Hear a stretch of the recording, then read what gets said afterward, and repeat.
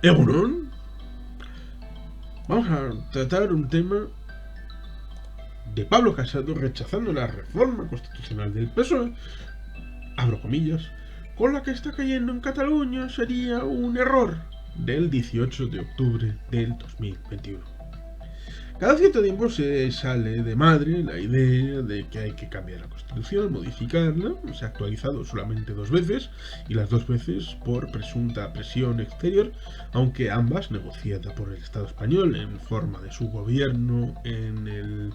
ámbito surgido del Congreso de los Diputados, del que emerge el presidente del gobierno y el que elige luego al gabinete, del gobierno central,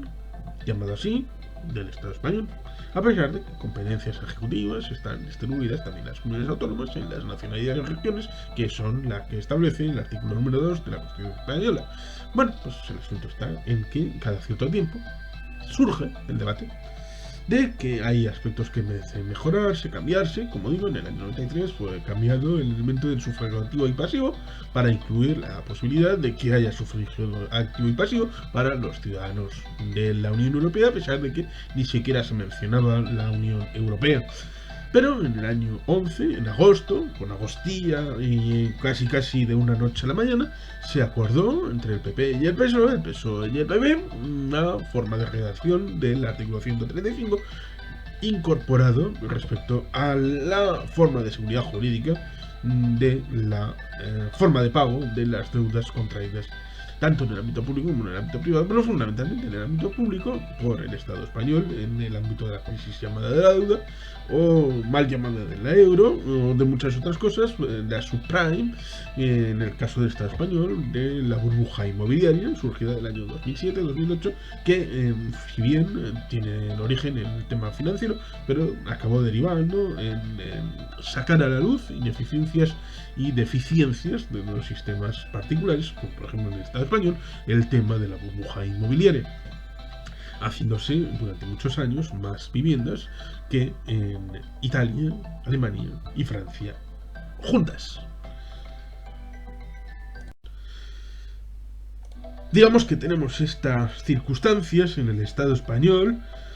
en la relación, la forma de enfocarse en el ámbito del sistema constitucional.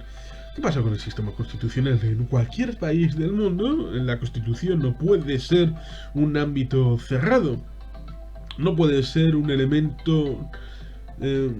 claramente viciado de origen en el que la fosilización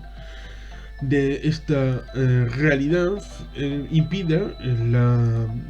forma de automodificarse. Por eso es muy interesante el ámbito foral, porque el ámbito foral no solamente es la ley tal como está establecida. Había leyes en el fuero viejo de Vizcaya, en el fuero nuevo, respecto a la inviolabilidad del caballo y de la vivienda, cosa que era muy importante, el tema de la residencia y del transporte, o el ámbito de la protección de los árboles y de los bosques, a través de una pena especial para los que quemaban los bosques, sobre todo con la idea de que las ferrerías, una industria siderometalúrgica tradicional de las ciudades y los pueblos vascos, digamos que tenía ese corazón de tratar de la repoblación de los árboles, pero digamos que también con el concepto de que la minería y los productos naturales, los recursos, en el caso del señorío de Vizcaya, eran propiedad del propio señorío y por lo tanto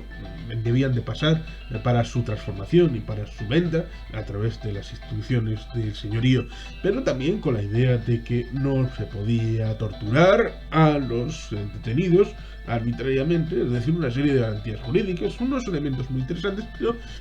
con todo no era importante el ámbito de la ley, sino también cómo se hace la ley, y se establece esa vinculación de regeneración cada cierto tiempo, porque dentro del propio fuero se podía modificar la propia institucionalidad, la propia constitución, que eran los propios fueros, es decir, la ley y la forma en la que se hace la ley. Eso es muy moderno porque luego vendrán palabras como la del imperio de la ley, constitución y todas estas circunstancias respecto a la forma de establecer el Estado moderno. Por eso Juanjo de Andiola, cuando se enfrentó con el emperador Napoleón en las cortes de Bayona de 1808, pues las primeras cortes no son las de Cádiz, las primeras ya estaban las de Bayona, y le dijo al emperador, ¿no? Y me parece estupendo que los españoles tengan una constitución, nosotros tenemos las nuestras, que son las constituciones de la foralidad. Bueno, pues ahí está la forma de establecer esa vinculación. Y ahora, en el ámbito del Estado español, con la forma de vinculación constitucional derivada de la Constitución de Italia, de Francia o de Alemania, posteriores a la Segunda Guerra Mundial, muy interesantes porque, claro, establecen la vinculación con el pasado antifascista, sobre todo en Alemania, en Italia, en Francia. Sí, hay formas de establecer una dialéctica, de confrontar si realmente hubo y en qué cuantía hubo lucha antifascista y en qué grado. Pero la cosa es que las constituciones de después de la Segunda Guerra Mundial de estos países fueron con un componente de aprendizaje de lo que habían vivido. Esto lo asume el Estado español en el año 78, en buena medida sin tener ese pasado y ese legado. Y en parte por esa forma de vinculación con el pasado propio se establece una forma muy sólida, muy garantista a través de la forma de reforma muy agravada para impedir cualquier reforma de la Constitución española. ¿Cuál es el problema? El problema se establece en que si establecemos la noción de que la Constitución es piedra sagrada y no se puede cambiar, y sobre todo si se establece esa vinculación respecto a la idea de con la que está cayendo, ¿crees que con lo que está cayendo en Cataluña, si haremos el texto constitucional, se estaría cumpliendo la unidad nacional? Reformar el título octavo, que es el de... es curioso porque el antecesor del Partido Popular, que es Alianza Popular, se opuso al título octavo. Ahora están definiendo las autonomías en buena medida por el propio Partido Popular, que se opuso, que votó en contra del título octavo, con Manuel Fraga en cabeza. Incluso la mitad del grupo parlamentario votó en contra de la Constitución, la otra mitad se abstuvo. Pero una mitad votó en el Congreso en contra de la Constitución íntegramente, hablando, no solamente contra el título octavo. Pero digamos que estas cosas que se dicen ahora, que si se quiere hacer el moderado, que si no sé qué, que si lo otro, que si lo más allá. Digamos que en Europa las constituciones se modifican cada cierto tiempo. No hay problemas cuando hay algo que actualizar, y esto pasa habitualmente. Puede pasar, porque se dice, no, es que las mejores constituciones son las que son para perdurar. Sí, en su conjunto, pero puede haber elementos puntuales que puedan ser modificados cada cierto tiempo. Por ejemplo, en Europa, sin ir a otros países, en Alemania ha habido 62 modificaciones constitucionales, en Austria 55, en Suecia 34, en Bélgica 33, en Malta 29, en los Países Bajos 25, en Francia ha habido 24, en Luxemburgo 23, en Irlanda 23, en Italia 14, en Letonia 14, en Eslovaquia 13, en Chipre 8, en Portugal 7, en Eslovenia 7, en República Checa 7, en Lituania 6, en Hungría 6, en Croacia 5, en Bulgaria 5, en Dinamarca 4, en Grecia 4 y en Estonia 4, en Finlandia 3 y en España 2. Las mencionadas para el artículo referido al 12, creo recordar el 12 del año 93 respecto al sufragio activo y pasivo, y la del 135. Las reformas, por lo tanto, hay reformas cada año con 2 en Alemania, cada año con 4 en 1,4 años en Suecia, cada 1,7 en Hungría, cada 1,8 en Austria, cada 2 años en Malta, cada 2,1 años en Letonia, cada 2,2 en Eslovaquia, cada 2,6 en Francia, cada 3,7 en Irlanda, y así estaríamos hasta los, digamos que de media, 21 años de España. La reflexión que convendría hacer es, por lo tanto, que cuando aplazas los problemas, estos no acaban por resolverse, sino por pudrirse, y acaban estando en el fondo del cajón, pero siguen existiendo, y acaban por eclosionar y destrozar el panorama como si fuera una bomba de grafito, que, digamos, que surge de abajo hacia arriba, y dices, ¿de esto de dónde ha salido? Pues era mierda que tenías guardada en el cajón, y que en un momento dado ha acabado por eclosionar porque los efectos ya no aguantan debajo de la alfombra. Y por lo tanto, tenemos esas circunstancias en las que, bueno, pues Pablo Casado se opone. Luego tienes a Santiago Abascal que dice que quiere reformar la Constitución, pero con un ámbito represor. Es decir, para lo que Manuel Fraga estaba diciendo en el año 77-78 respecto a que aplicar el artículo octavo tal como está es separatismo porque llevará a la disgregación del Estado español. 40 años de hecho autonómico niegan esas palabras. Pero digamos que la voluntad de no aplicar lo que está acordado y que ha conllevado a diferentes problemas en cuanto a la diferencia del tratamiento de según quién haga qué cosa tiene unas consecuencias. Si el Estado español en su ámbito central comete una infracción contra la Constitución, incluso cuando el Tribunal Constitucional emite una sentencia contraria a la actuación y condena al Estado español a determinadas cosas, esa sentencia puede no ejecutarse y aquí no pasa nada, pero el ámbito comunitario de una comunidad autónoma tiene que estar rígidamente vinculado al ámbito legal. Incluso hay interpretaciones respecto a que lo que hace no es rigoristamente dentro de la Constitución, achicando espacios y estableciendo una forma más pétrea de interpretación de la Constitución. Por lo tanto, digamos que la propia Constitución, en la dualidad sería, por un lado, no hay necesidad de cambiarla, sino de que se cumpla, y se cumpla de una manera, con una interpretación más libre,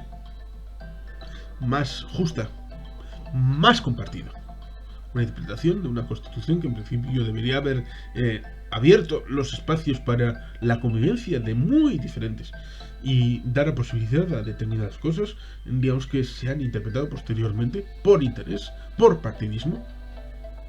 incluyendo la admonición del Tribunal Constitucional como tercera cámara de tercera lectura. Después del Congreso y el Senado vendría el Constitucional, a la hora de limitar el potencial establecido en la Constitución. Pues estaría esta fórmula respecto a una interpretación más generosa de la Constitución, que es plausible y sin cambiar una sola coma de la Constitución. Y por otro lado, la posibilidad de cambiar una Constitución en la que, como digo, no está incorporado el ámbito de la Unión Europea, porque en el año 78 no estaba todavía incorporado el Estado español en la Unión Europea. Ni siquiera la Unión Europea formalmente como entidad jurídica de derecho estaba formada, porque se hace a partir del año 1993. Y por tanto, se puede establecer una reforma de la Constitución como se puede hacer una reforma de los estatutos de autonomía que forman parte formalmente del bloque de la constitucionalidad y por lo tanto de obligado cumplimiento. Sí, se puede. ¿Pero para qué? Y sobre todo, superar esos miedos atávicos como el establecido por Pablo Casado de este no es el momento. Bueno, si este no es el momento, pues nunca será el momento de ninguna de las cosas, porque siempre habrá excusas temporales, circunstanciales, de cosas que pueden pasar y no, este no es el momento. Pues entonces el momento no será nunca de hacer nada, porque salvo que se establezca que lo que yo digo va a misa porque soy yo y soy el mejor, otro podrá venir y decir no, ahora no es el momento porque no me viene mal, no me viene bien, no me viene mal, no me viene de ninguna de las maneras y ya no se puede hacer nada. El devenir de las instituciones como de las leyes debe de estar apegado y adaptado al tiempo, como una piedra rodante, like a rolling stone. Por eso la foralidad es la forma más perfecta de institución jurídico-política en el ámbito del Estado español, mal que les pese, aunque se reconozca en la disposición adicional primera respecto al amparo y respeto de las instituciones forales, como hecho que les precede y les sobrepasa. Esto es implícito. La Constitución, las leyes, todas las circunstancias, a pesar del pasado del Estado español en el siglo XIX, horrible, de guerras civiles, pronunciamientos, constituciones que se cambian como si fuera papel de chicle. Digamos que todas estas circunstancias no deberían impedir la adaptación de las leyes, de las normas, a las realidades en el momento. Eso sí, con vocación de permanencia y con vocación de que no sea posible cambiar una constitución como se cambia una ley, aunque sea una ley orgánica o por medio de decretos que pueda emitir el gobierno, aunque luego deban de ser ratificados por el Congreso de los Diputados. Estas circunstancias hay que tenerlas en cuenta y hay que ponerlas en práctica, no solamente teórica para los académicos, sino también en el ámbito de la incidencia práctica de la realidad institucional jurídico-política. Por lo tanto, la conclusión es,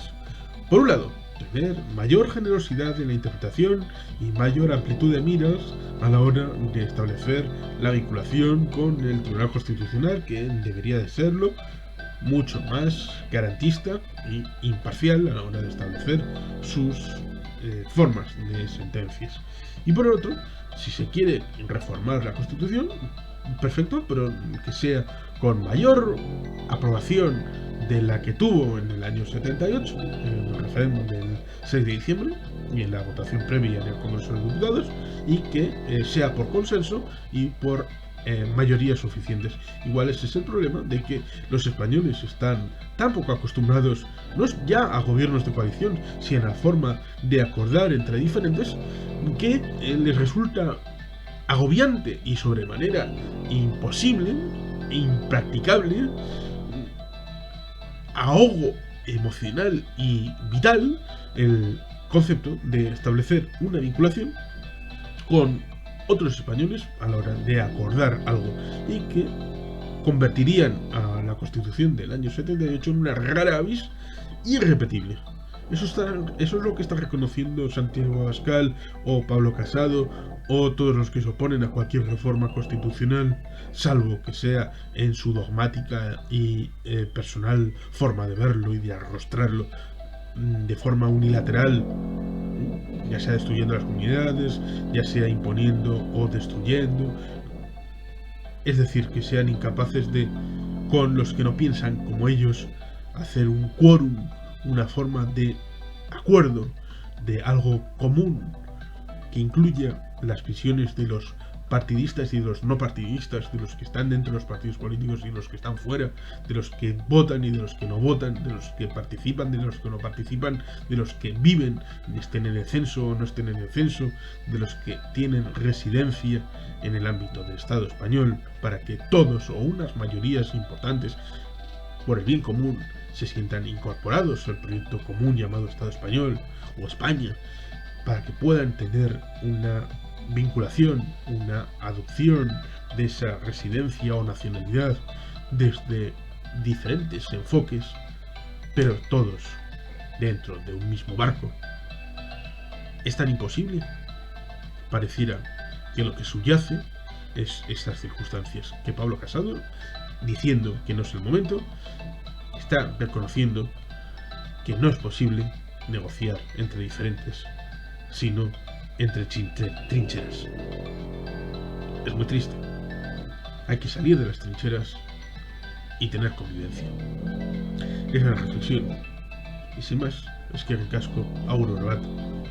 beti gelpean.